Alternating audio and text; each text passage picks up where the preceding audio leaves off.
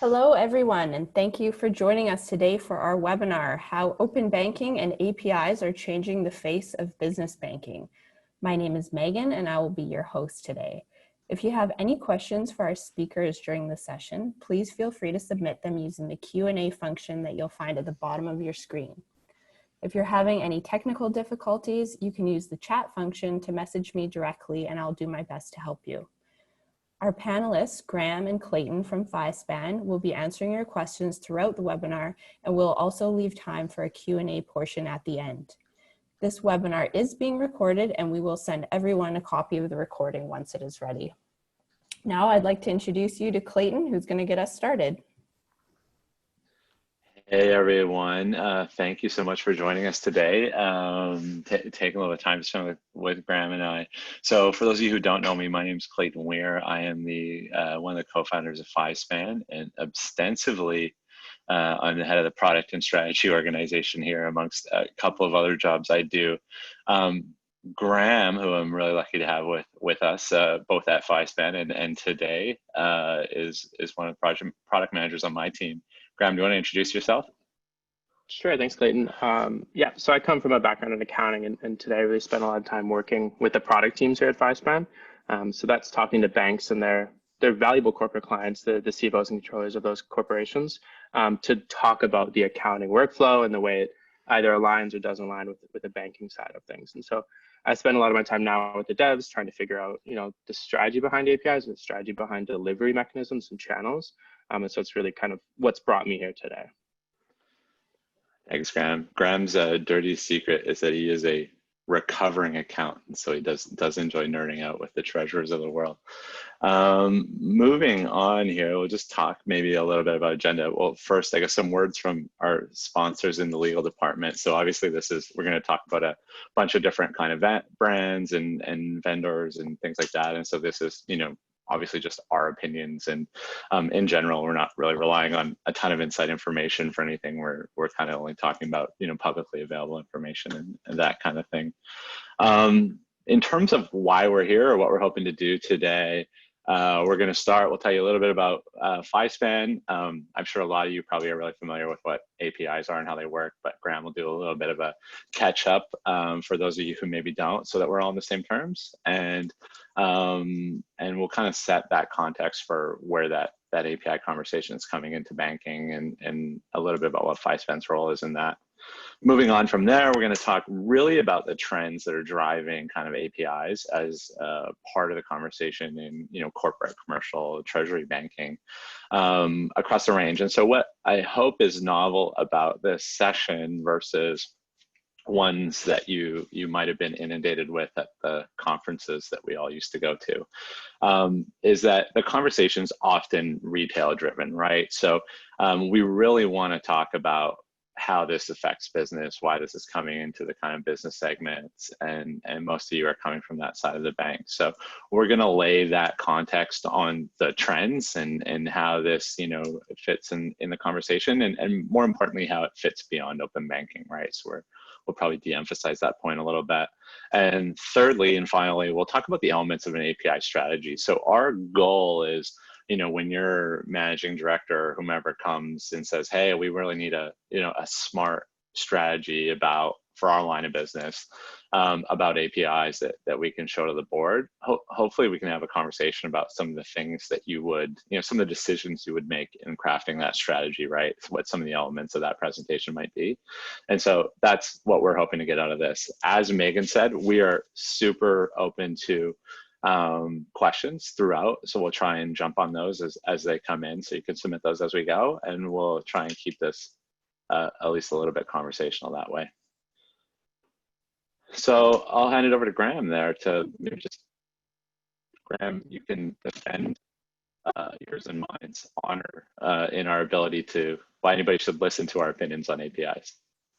Sure. So I think there's really three kind of core points that would put us in the space of being listened to about this topic.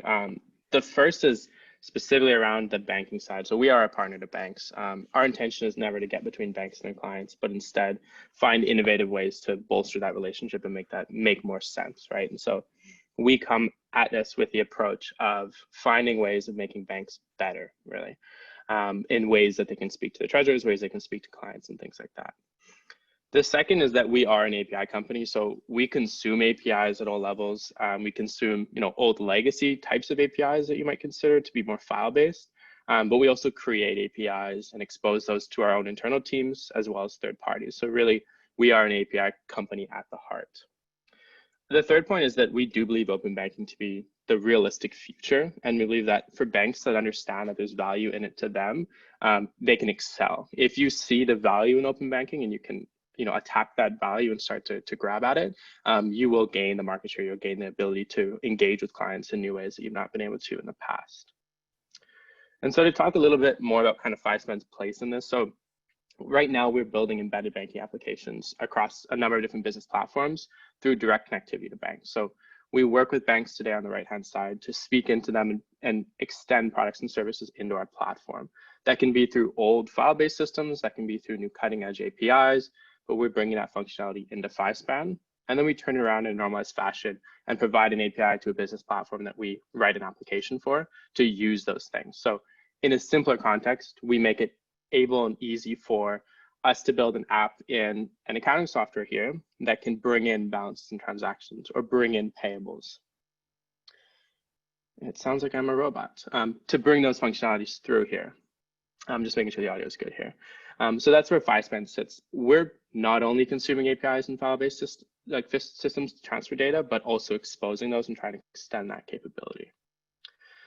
When we're thinking about an API, the thought of what an API is it's an application programming interface. The point here is to allow two machines to communicate, right? It's not a person entering data into a system here. It's a system transmitting data to another system here. So it's a new type of conversation that we're starting to see emerge. It can be between two internal systems, two systems we have at the bank that have to speak to each other because they're developed in some new language or opposing languages, or it can be outwards towards the world, right? And so why would we want to enable an API? It makes things a bit more streamlined and it allows us to expose functionality out to the world. So we can take things that used to be large, massive systems and break them down into piecemeal components and expose those components out to the world to allow third parties to start to develop creative solutions that put those components back together in a new way we've not seen before. A couple examples. So a real world example would be a waiter in a restaurant, right? You walk into a restaurant, you sit down and you place an order with the waiter.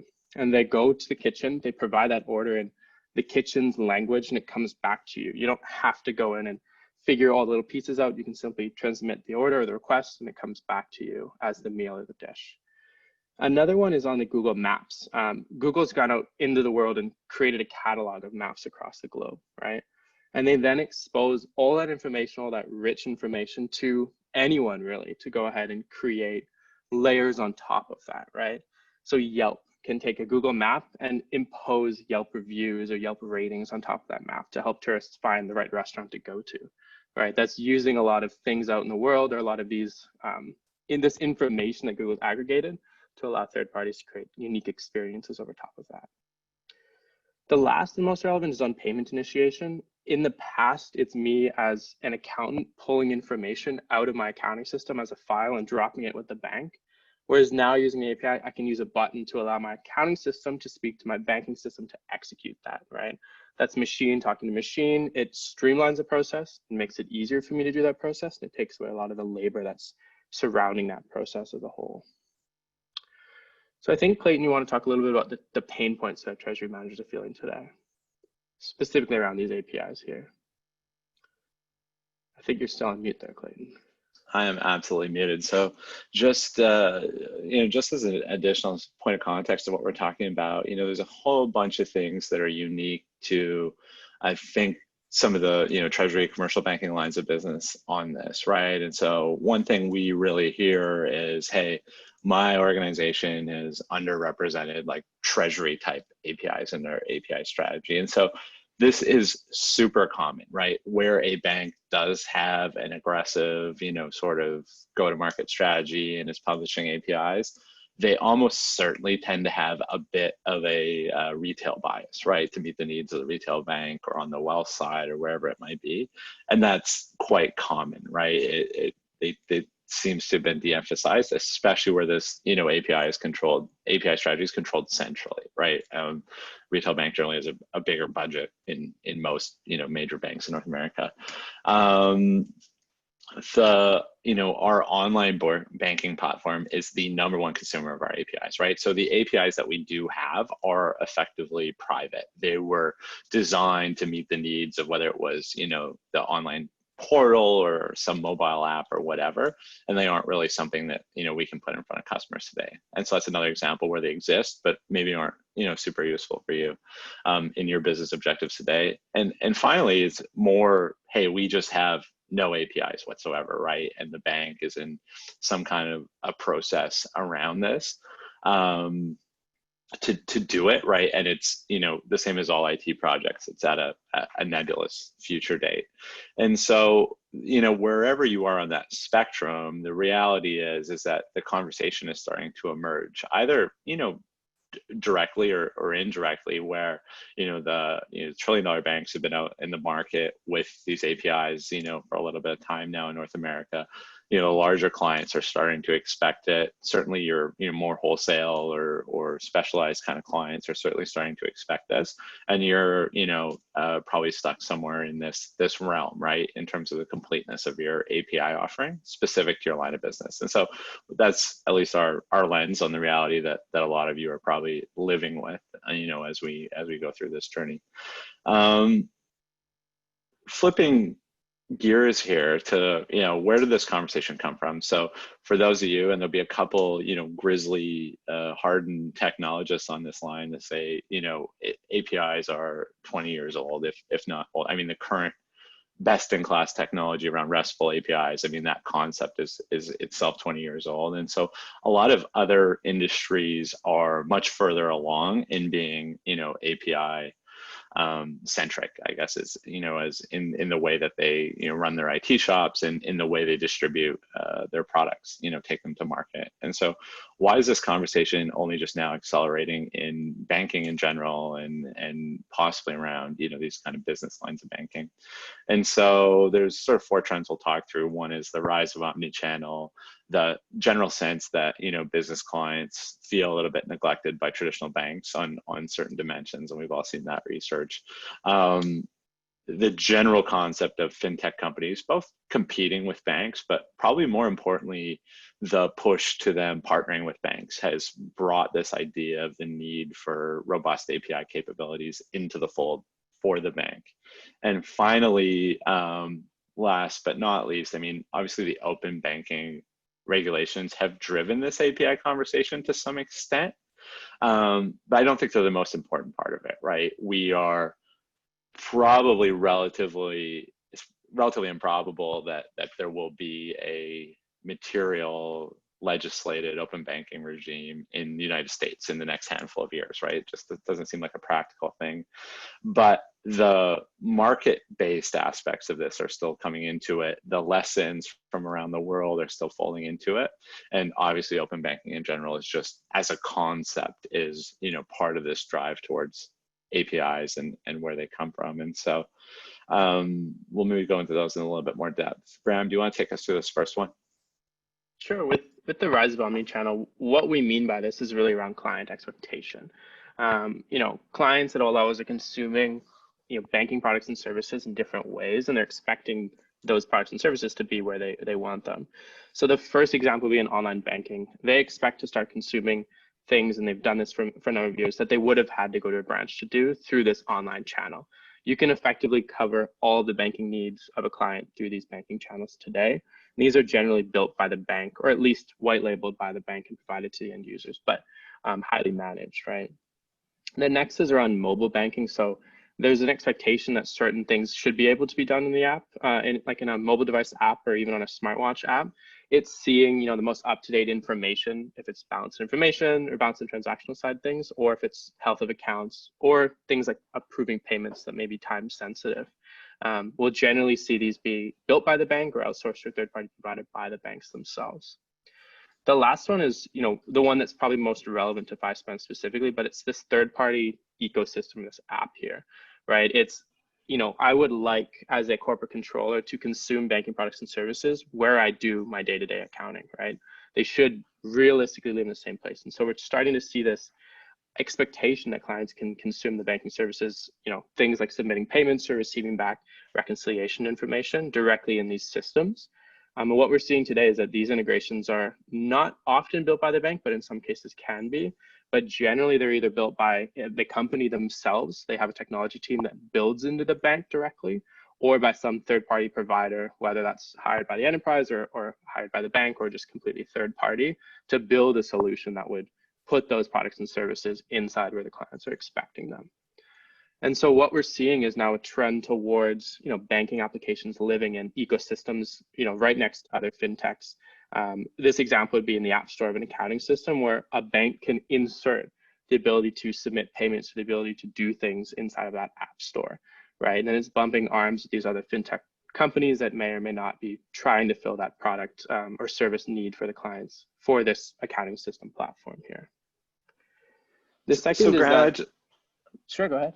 I just want to jump in there. I thought there's a really good point. I just happened to serendipitously listen to a podcast last night, and it was a really prominent Silicon Valley investor. I just thought a fantastic point on this, on why this conversation is important. It's like the historical go-to-market strategy of software was selling software for humans to use, right? Where you log into the user interface. And that's the exact same as banking, right? You're delivering banking with this user interface that you control for humans. So you make your bank portal. The next wave of software is software that other software uses, right? And so this is this idea that Graham is going into, where there are these wide range of software platforms that are important to a business's life and is going to consume data and information from others. And so as a bank, what that means is that there are just a way wider range of consumption experiences coming for banking. And a lot of those are not going to be consumption experiences that you control, build, or design, right? And so that's just, kind of a secular trend in software and in digital experiences overall. For sure. Sorry, Grant, for cutting you off there. All good. The second point that we want to talk a bit about is, businesses are generally feeling neglected by traditional banks, especially around this tech space, especially around some of the niches here, right? And so when we look into some of the niches that are cropping up, across North America, let's say, really aggressively, it's this freelance niche, right? It's the ability for a freelance worker to get access to capital or access to financing, right? It's not something that traditional banks really want to dabble in or want to get into. And so we're seeing fintech companies crop up to start to work with that. Oxygen coming in as a neobank to provide these, capital loans to these gig workers or workers of the gig economy. In the e-commerce space, also traditionally, it's difficult for a traditional bank to really get into this space because it's very technology driven. We see challenger banks come in and provide, a platform that really brings banking and accounting experience as close together as possible for these very e-commerce centric companies. It's not something that really aligns with that retail banking offering that would, maybe suit a company this size in a traditional sense. And lastly, it's, providing the ability for a small business or an up and coming small business to get access to capital as well here. When they're going through that small business phase of trying to figure out the accounting system and figure out the banking side, it's quite difficult for these companies to make those decisions because it's hard to get the right information. And so a fintech coming in and just simply providing something that covers both the bases of accounting and some of the banking side and then supports a lot of the cash flow, which as we know is very critical for small businesses, gives just another example of these fintechs coming in, starting to find ways to hyper serve these very small niches across the board here. I think, Clayton, you want to talk a bit about these partners and what it looks like here. Absolutely. So the last decade or so since the global financial crisis has been dominated by this conversation around fintech and fintech disruption of banks, right? And so we could probably arbitrarily slice that decade up into the phase where it was really around, disruption and competing with the banks. And but on the latter half of that decade, it's really been about partnership and distribution partnerships, right? Where banks are working with these fintechs to distribute each other's products, to create new service experiences and whatever. And so there's two really important points here, right? A lot of these fintechs themselves get this sort of API as a distribution thing a lot better than banks do, right? So especially for things like Adyen and Stripe, their businesses are built on the back of that concept, being embedded via API into the business workflows of all these modern economy companies. And so for them, by doing that, they've replaced, the best analogy for that from a bank's perspective is something like the lockbox for a legacy business, right? Where they're collecting all their checks. The bank then becomes the primary deposit holder, gets the transaction business on cash management, moving that money around. Well, because of what Adyen and Stripe could do, they get that place in the value chain now, right? They get the big receivables input, and they're going to get to decide probably as their products build out over time where that money goes from there. So that's one aspect of it, right? These people get ecosystem distribution and all these things. It puts more pressure on the banks. But more importantly, as you go forward and you choose to get a portfolio of these kinds of partners with the bank, the difference between that just being a kind of lame reciprocal co-selling relationship and it being a meaningful customer experience is going to be depth of integration, right? So your ability to provide real-time data and customer context to these fintechs who you're co-selling to your clients is going to be driven by APIs, right? And so that sets the floor. On this note, one of the quotes we used to have in our old sales decks that I always loved was, fintechs aren't going to disrupt banks. Banks who are better at working with fintechs are going to disrupt other banks. And I still believe that to be true. It was probably more true than it was at the time. And so this is part of the conversation around APIs and how it's kind of important in the way we bank businesses. Moving on to last but not least, open banking is obviously part of this conversation. As I said, it's not coming in a regulatory sense to the US. It will eventually come to Canada. I'm sure it will eventually come to the US. It might look differently. What is true is that there is a market-based sort of momentum around open banking, right? And so we've all seen the kind of splashy M&A activity of the card associations on this front. That's a direct response to the market opportunity in this, right? There is going to be a demand from consumers to use third-party apps, and if your bank does not work with those apps, it's absolutely going to disadvantage your bank, right? They're going to find a bank who can do that. So effectively, there's going to be more momentum on market-based. I think the other thing that's going to happen is, as the European open banking regime matures, and as some of these other ones come online, Australia is particularly interesting because the scope of it goes way beyond what Europe's done in some extent. It's more of a citizen data right, and it really asserts consumer ownership over their data. As banks and fintechs and developers start to develop more product offerings around the open banking infrastructure in those other markets, it's going to do nothing but turn up the customer expectations in North America, right? So even if we're not regulated on open banking, the best things that come out of open banking are going to migrate to North America because it's the big and desirable market.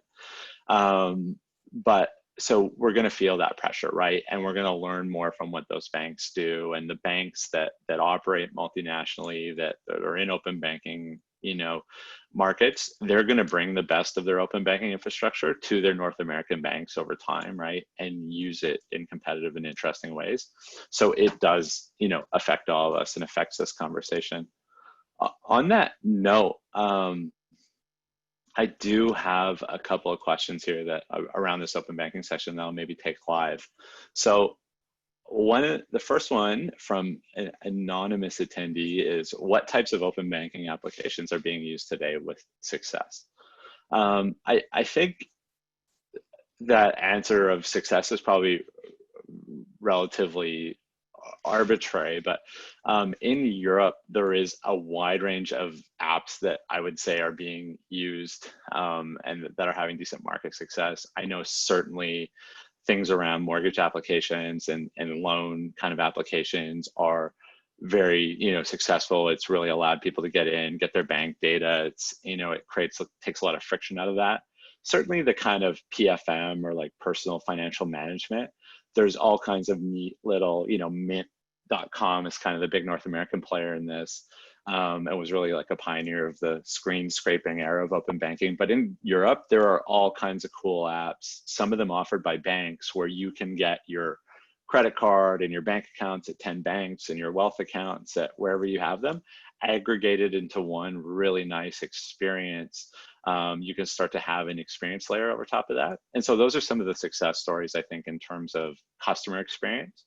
Those experiences are starting to come to corporate. So there's some secondary waves to the European open banking that have endpoints or functionality that are maybe more appropriate for businesses. So it's the same kind of thing, right? That challenge that a business that's multi-banked has today on establishing cash position and aggregating it. There's certainly entities in Europe that are now doing that with the open banking infrastructure. I think Barclays maybe even has their own offering where they'll do that. So they'll take your, Societe Generale and your ING accounts and your Lloyd's accounts and aggregate them under a Barclays experience. And so I think those are some of the early successes. My guess is the really like weird and transformative things have probably been yet to invented, right? The full open banking compliance in the UK, like the deadline really on some of that stuff was only just earlier this year. So we're still so early in watching that. Another quick question that came up, and I'll just answer it quickly because I think it's helpful. So it's from Dustin: how does Plaid and open banking relate to each other? I think the answer is simple, right? So if open banking is the idea that, consumer data that's held at financial institutions should be readily available to other applications or other users of that data at the consent of clients. There's lots of different ways to do that.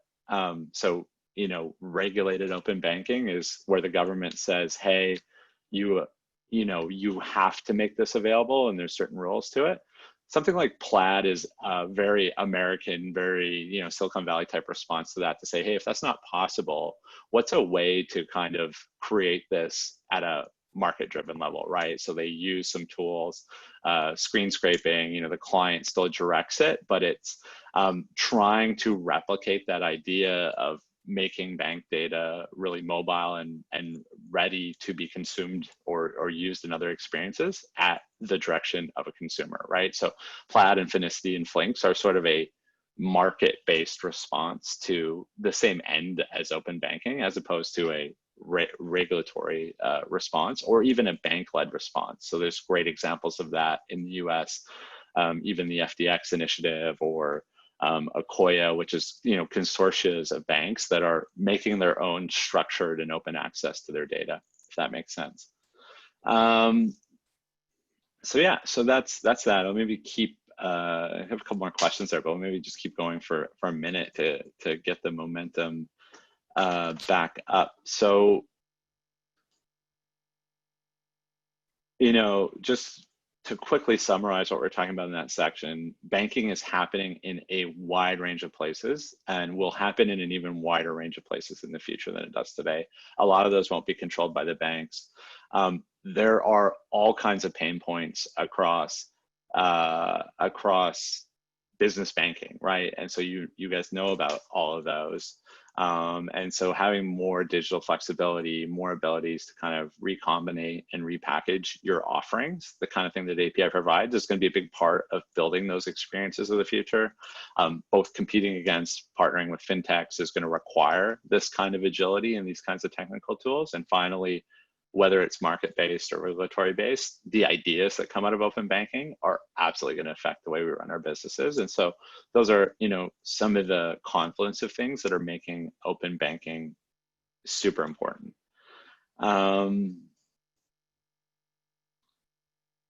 So we'll transition, I guess, to strategy, but maybe we'll stop here and just, there's a couple more questions that we'll run through really quickly. So I'll maybe throw this one to Graham. So it's a question from Ken. Corporates don't seem to have a clear roadmap for APIs, and their vendors seem to be going on their own. Where do banks start for corporate APIs? And this is absolutely something we'll discuss soon here, Ken. I think when you think about it, it's really trying to find this alignment between the audience and what you're willing to provide, what you're wanting to provide. And so there's a strategy for a bank to go out and build an API scheme specifically for the wholesale side, for some vendor to go out and build some mass solution to deliver to the clients directly, or there's a strategy that can either be used in tandem or used completely separately to build specifically for your corporate clients, for your enterprise clients, right? So that their technical teams can develop a solution. So we'll talk a bit about this and kind of decision points and what those things mean in a moment here. Yeah, no, that's a good point. So we'll dive into that a little bit more. The next question here is from Aldi. Are open APIs secured enough to protect customer data, privacy, and open banking scheme? How open APIs provide security for customers' data? This is probably, from my perspective, and again, this is something we're going to jump into a little bit more here in a minute, not at a technical level, but at a strategic level. I think the way that the term openness is used is misleading, right? So APIs have, openness isn't like this free for all. There are an infinite many ways to dial up the level of openness and the onboarding and the certainty of who's consuming this data and the complexity of what the client's agreeing to do in this, right? So it's not this.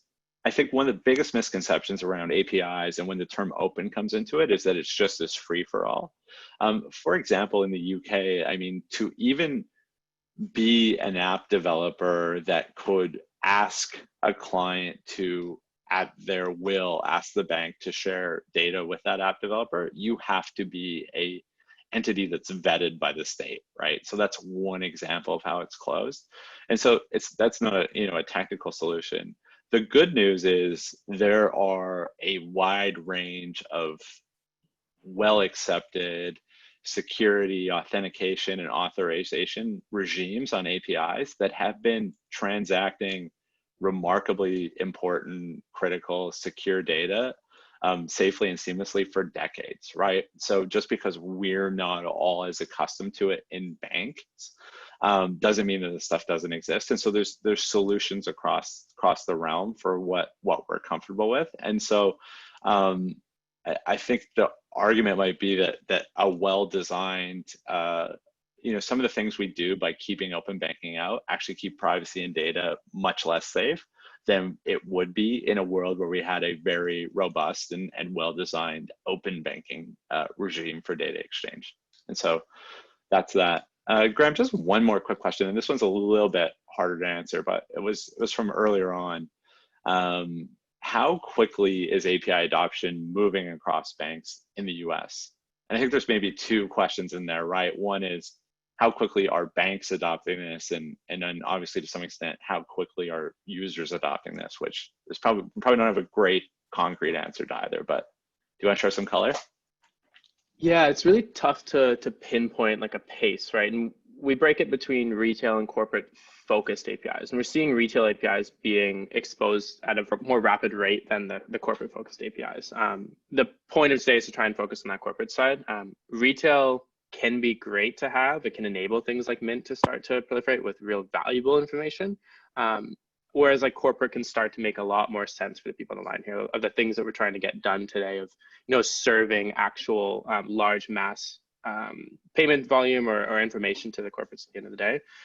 The quick answer, the easy answer is it's quite slow at this point. It's not being mandated from a regulatory basis. So we're starting to see a slow proliferation, but as it goes out, it starts to get consumed at a rapid rate. And that's really the value, is the sooner it gets out there, the more rapidly it'll get consumed, and the more rapidly we'll start to see these new innovative things come out, or innovative solutions, or ways that banks can differentiate themselves using this as the strategy. So I'm not sure if you got anything to add there, Clayton. Yeah, the only thing I have one concrete stat on the bank side as publishers. So our sort of proprietary research is that of the top 30 or so US banks by asset size, that 8 of those have some form of semi-publicly discoverable treasury APIs, like APIs that you would use to service businesses.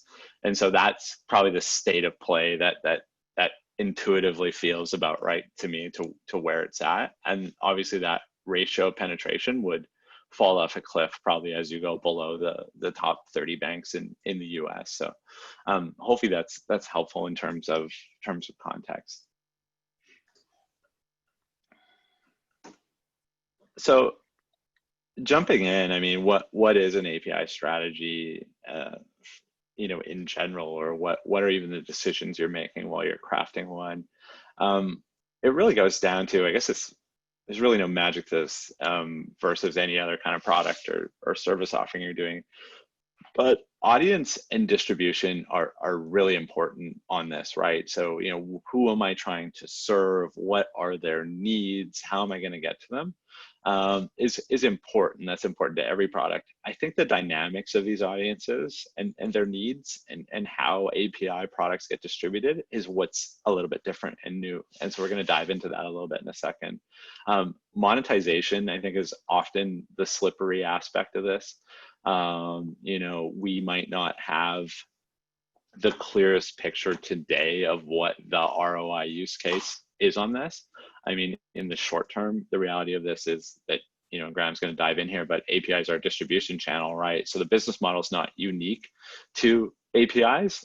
It's much more about how we sell more of the things we do as a bank today.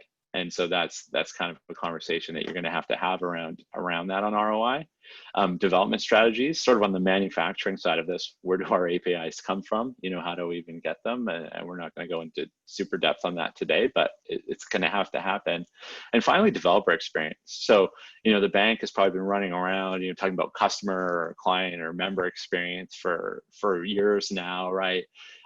We've all gone through our design thinking workshops, and we're always thinking about user experience and solving for that. But the reality is developer experience is kind of that concept moved into the API world. And so I think the default is, hey, like, shut up nerds and code to our APIs, right? Which is what Graham usually tells his engineers he works with. But the reality is that the engineers are real people with real feelings too, and that they will pick and choose what APIs they want to work with, right? Based on a number of different factors. And so understanding the mix on developer experience is going to be part of succeeding on this. When we'll talk about audience and distribution first. I mean, those of you that are longtime followers of the FiSpan webinars know that we love a good 2x2 matrix. On the x-axis, what we're talking about here is it's really a concept of distribution and APIs, right? So on the left with indirect, the concept here is that some third-party app developer is going to consume these APIs and present some subsequent user experience to somebody, right?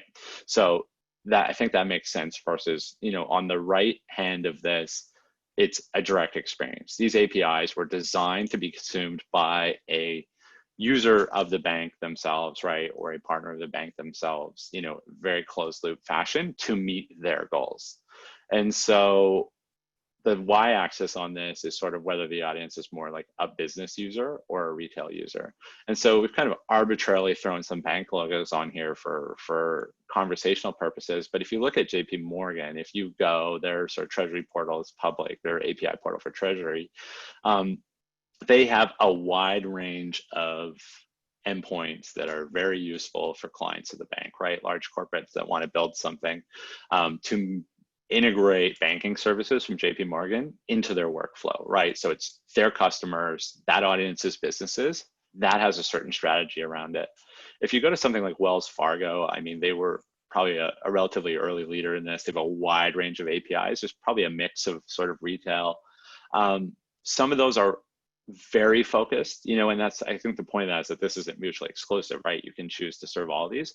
Wells Fargo has a mix of things that's for large corporate customers, for large wholesale, fintech developers for fintechs that are going to be developing on behalf of retail users. They kind of cover the gambit.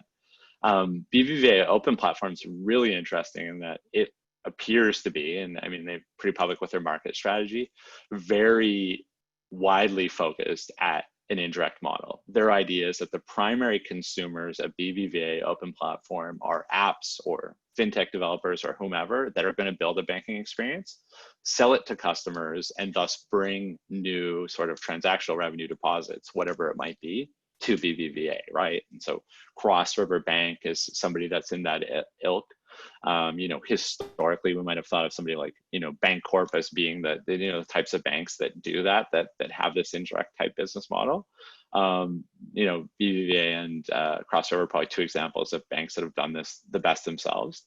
And this quadrant is probably the most susceptible to non-bank players, right? So we see entities like Synapse out there in the marketplace. There's maybe some others, even the kind of SoFi, they didn't buy Green Dot, they bought Galileo.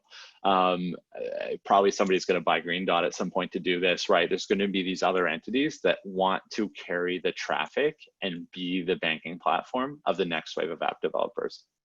And so in the bottom left here, thinking about a very retail focused API endpoint set meant for an app developer, something like what RBC's opening offering was.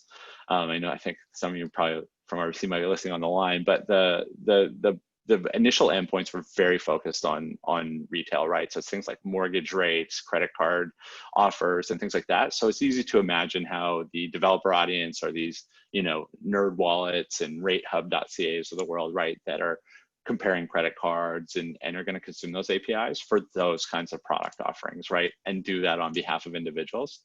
And so that's kind of how the lay of the land works out that way, right? And so playing in each of these quadrants is going to have slightly different requirements. Going back to the conversation around openness and audience, you can think of openness a little bit as a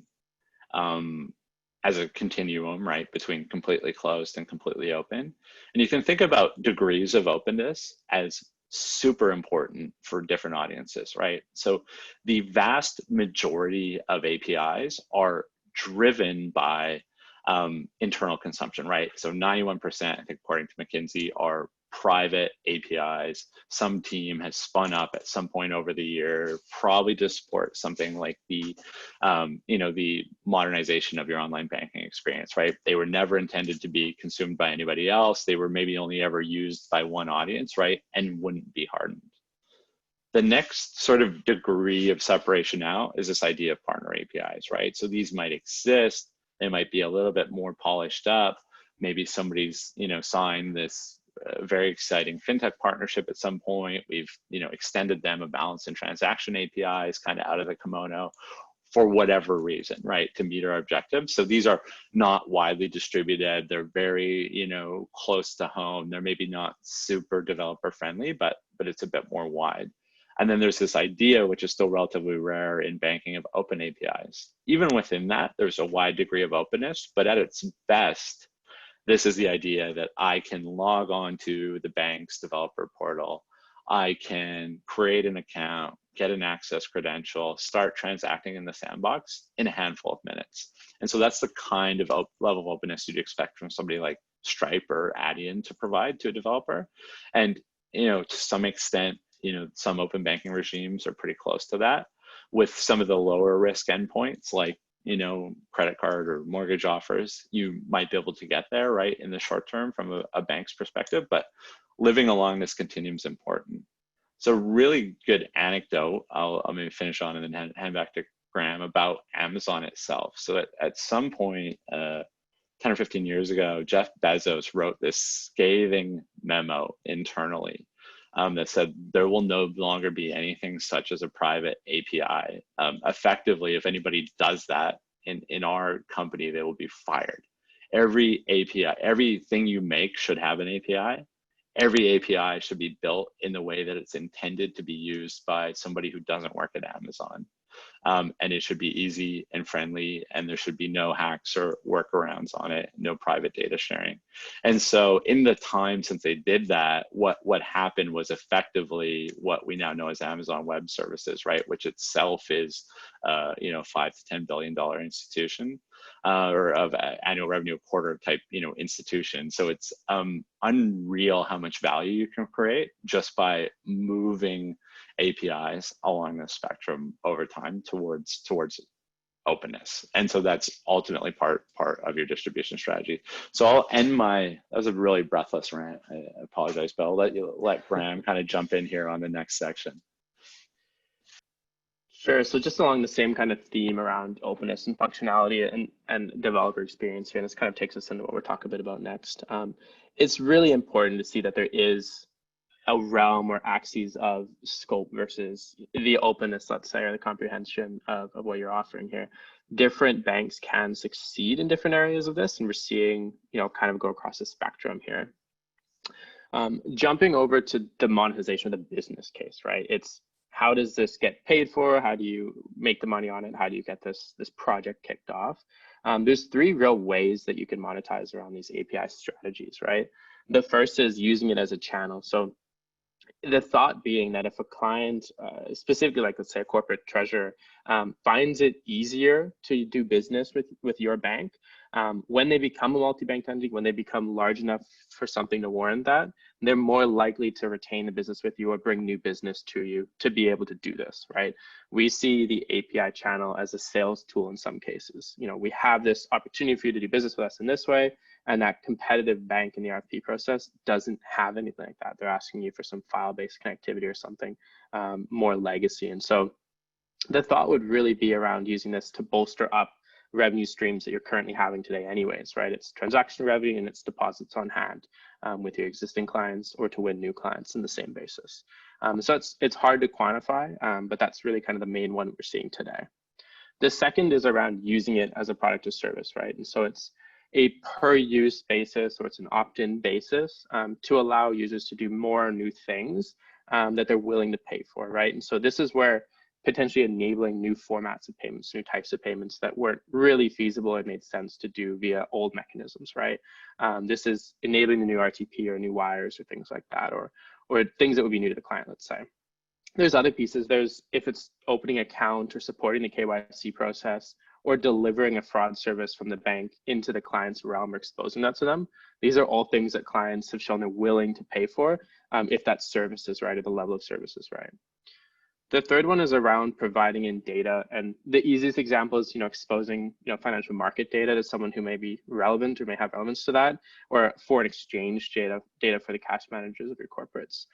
But as well, it's transactional data, rich transactional data that makes sense to their accounting system, that they can take in and start to build that data feed into their processes, right, to support reconciliation or to solve a pain point that they've otherwise been having.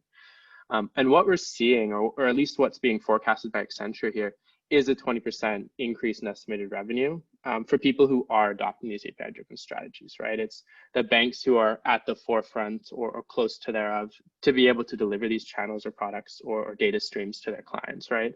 And that's as opposed to the laggards who could potentially see a 30% loss of their revenue on that front, right? If you're constantly, or your treasury manager constantly, fighting another bank that can provide an API channel when all they have as a tool in their tool belt is some file-based system for a deal they're trying to win, it's not going to be that powerful for the bank, and they're going to see a loss of business as a result. Looking next at kind of development strategies, right? And this is that thought of APIs are great, we can talk about it all day, but how do I actually create that from a real technology development project or an implementation project? And there's 4 real ways to go about doing that, and they have different benefits and different ways about going about it. The first is the most obvious, probably. It's build a new platform. It's a redesign that's large scale and touches a lot of parts of the business to modernize the whole solution, right? It's bringing it into the future for API compatibility. This is probably the largest and most difficult implementation project of these 4 that I'll talk about, but it could be the one that makes sense, this, dependent on the business strategy aligning with what we're talking about today. The next is building a layer. This is, putting a layer in between some of the older legacy systems as well as maybe redesigning some of the bank channels to fit this, that can then start to speak to external services, right? So this is a layer that speaks into your file-based systems, that converts API calls into a file and then pushes it into where they're going today anyways, right? This can be a solution that maybe only touches certain parts or maybe touches the whole stream, but you can start to expose things in maybe a more piecemeal way or broken down way with this. The third is to go out and buy or hire a team to do this kind of project, right? And they're going to bring in a bunch of processes, agile processes that could potentially give you a good path forward to walk through the steps, right? A layer on top and then going into a platform or something like that. This is, the way to build the strategy that fits exactly to the bank, but it's finding the talent to go do that for you guys there. The last is to use some sort of vendor API to present, an API endpoint as if it were the banks, right? So a white label solution that can come in and either build a new platform in the middle here or take over certain areas, or build a layer on top more so as an external party, right? This is someone to externally come into the bank as if they're, say, an enterprise, build a layer for APIs and expose that out to the world, which allows you to really get something done fairly quickly here without big organizational change today, but certainly sets you up for the future state of being able to either, reject the platform and build your own layer on top of it. And so the last thing we'll talk about on this note here is around developer experience, right? And so there's kind of 4 key areas that we've looked at when you look at an API suite or an API portal, right? The first is around function. So it's, what do I actually allow this to do? Is this to help locate branches or to get credit card information or balance rates or things like that? Or is it to go and build out, an initiation for a global payment scheme that can support payments to every country in the world, right? The decision is yet to be made, or the decision for each bank is to make of what do I actually want to serve and who will use those and things like that. The second most important thing from the developer perspective is around the stability concept, right? And there's stability is, easy to think of like, oh, when someone tries to talk to my APIs, it should work, right? But there's a couple other pieces here. The first, which I'll touch on out of order here, is availability, right? It's, does the system that a developer will write to, is it 24/7, always live, accessible, and good enough to allow them to send test cases and things like that?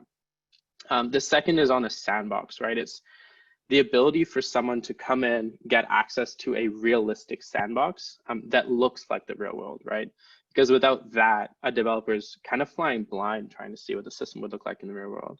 Are errors coming back that would reflect production quality data? Is when I send a payment through the system that should fail, does it fail in the way that we expect it to? Those are 2 critical pieces we often see either neglected or at least underserved through a lot of these strategies here, but are absolutely critical to making a valuable developer experience. The next is ease of use, which is less along the lines of how easy is it to write to them and more along the lines of building in some business context, right? And so when you think of a typical developer that may be in this space, they may or may not have the underlying business context or business understanding of how the global payment scheme work, or how a DDA account or a BAI2 information feed works, right? It doesn't necessarily ring true as something that's common knowledge across all developers that makes sense to all developers from day one.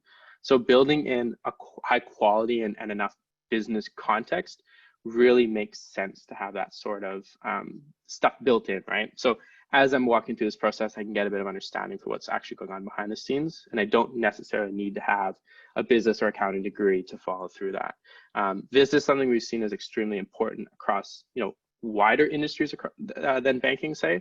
For when you're developing to a system in healthcare, there's always going to be that business context built into the developer documentation. And lastly, it's on the clarity, right?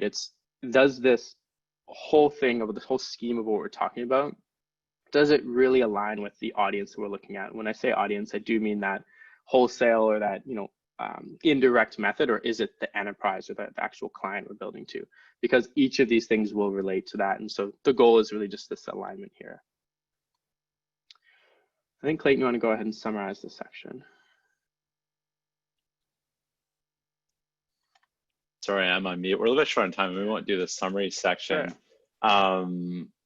I'll maybe just grab a couple questions here, Graham, and that we can go through quick. Yeah. So one from an anonymous attendee was, what principles should banks be using for external facing APIs? I think that I was leaving that because I think what Graham just went through is probably pretty close to the answer to that, right? The idea is that you need to build something that has appropriate functional scope, that's easy to understand, easy to use by a developer who doesn't necessarily know anything about financial services, right? That's just been asked to do this. They don't know what the 5 record in a NACHA file is supposed to be. And so I think there's lots of good general non-bank specific design principles for that. I think if you go into an API marketplace like Rapid API and start to look at how competitive APIs for whatever, kind of service do this, there's lots of lessons there around how to build a developer experience. And so I think those are pretty close to the principles. That'd be my answer there. Graham, I'm just going to combine 2 questions here into one. So what are you seeing are the most utilized external APIs developed by banks in the US? What are you seeing / hearing? And are we seeing banks with full API suites, or is this still in progress? Do you want to maybe just jump in on that a little bit? For sure. And the second question is probably the easiest one to answer. It's 100% still in process, right? We're seeing banks learn after talking to the corporate clients and develop the strategies to find new functional ways of doing things or find new ways to bolster up or enhance that developer experience. So there is no, example out in the world today of what the end of this looks like yet. That's kind of the most exciting part. That's why we're talking about this, to try and, make it make sense, right? The second was on the most used, or the most aggressive use case that a bank should go after, say, and that's going to be around 2 kind of core use cases. And I come at this from the enterprise perspective, right? If you're thinking of an audience, I'm talking about a corporate controller, a treasury manager a corporate controller at a client, right? The one is going to be around payments. I want my accounting machine to speak to the banking machine. And I need a wide set of tools provided by the bank to make that happen. Things to send payments, things to learn about the response to payments, and things to pull that information back. The second use case is around my account status and reconciliation and the reporting piece, right?